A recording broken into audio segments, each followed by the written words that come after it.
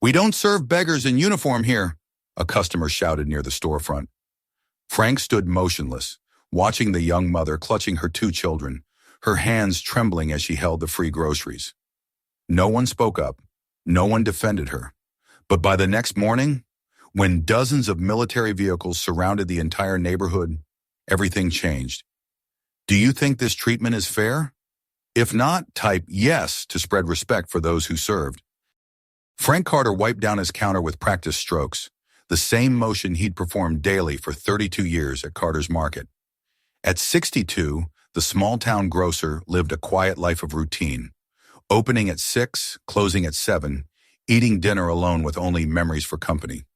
The store was his anchor after losing his only son, Jack, in a military training accident 8 years ago. The bell above the door jingled on that cold winter morning, drawing Frank's attention to a young woman who entered, guiding two small children. Perhaps 5 and 3, they clung to her legs, their coats too thin for December. The woman wore a faded military jacket, several sizes too large, with a name patch partly visible, Sergeant Williams. She hesitated at the fruit stand, checking prices, then reluctantly replacing a small bag of apples. Frank noticed her counting coins in her palm, lips moving silently as she calculated. When she finally approached the counter with only the barest essentials, milk, bread, the cheapest pasta, her voice was barely audible. "I was wondering if I could pay next week. My husband," she swallowed, squaring her shoulders. "He's in treatment for PTSD.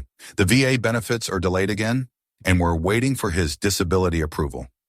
Frank studied her face, young but worn, pride battling desperation. Without a word, he turned away, disappearing into the storeroom.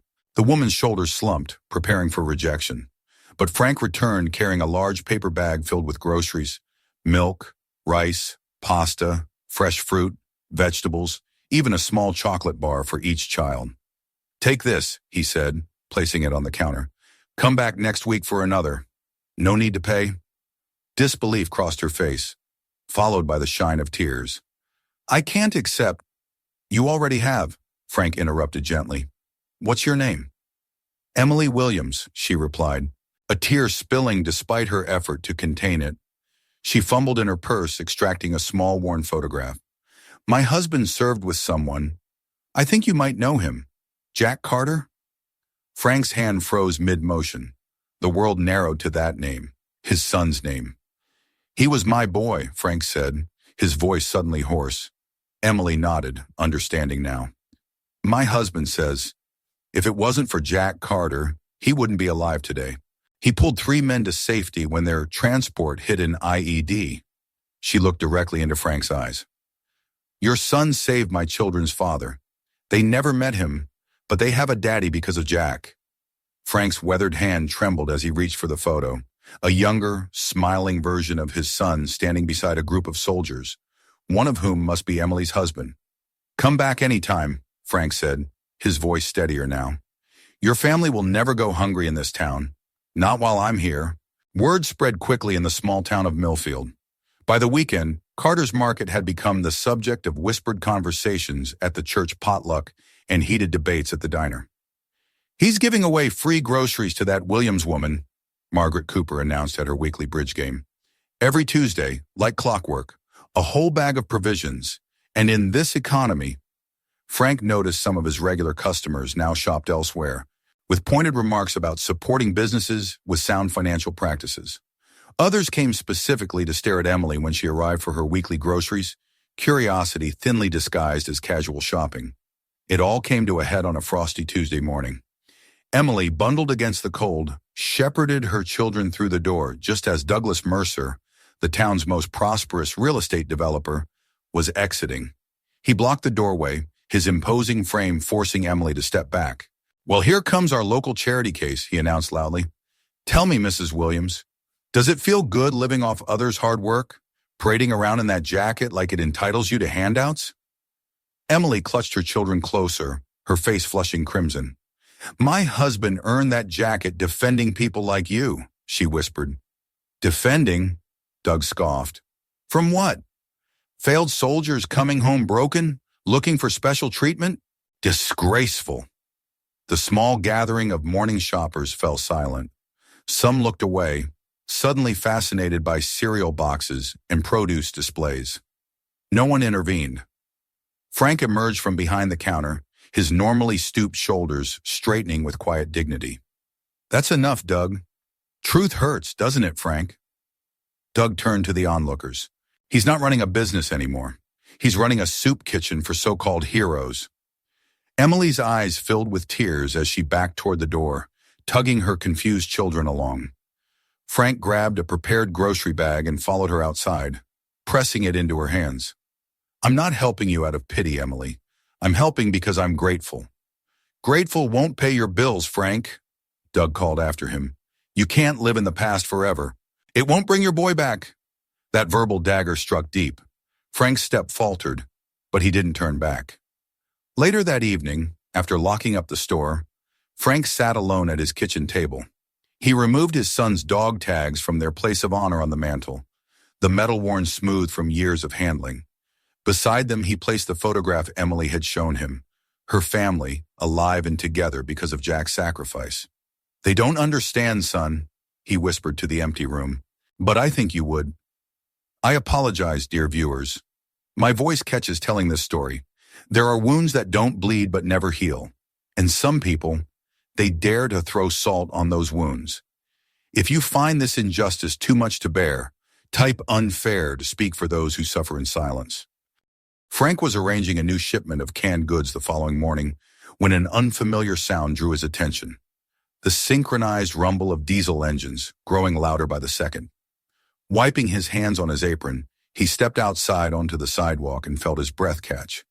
Military vehicles, Humvees, trucks, even a transport carrier, lined both sides of Main Street as far as he could see.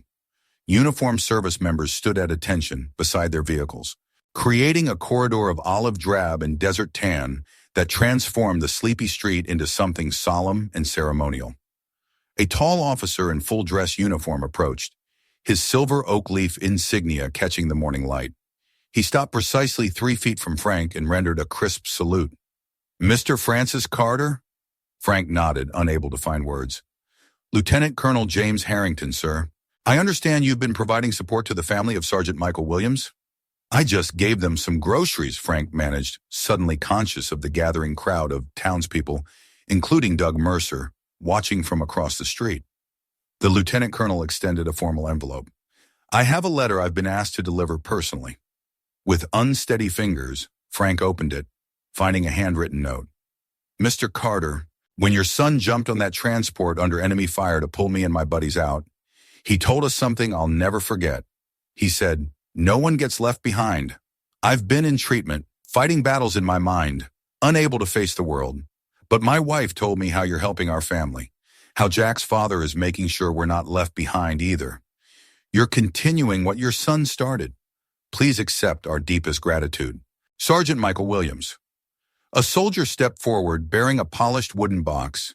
Inside, nestled on blue velvet, lay a Gold Star family medal and a challenge coin engraved with "A father's honor, a son's legacy."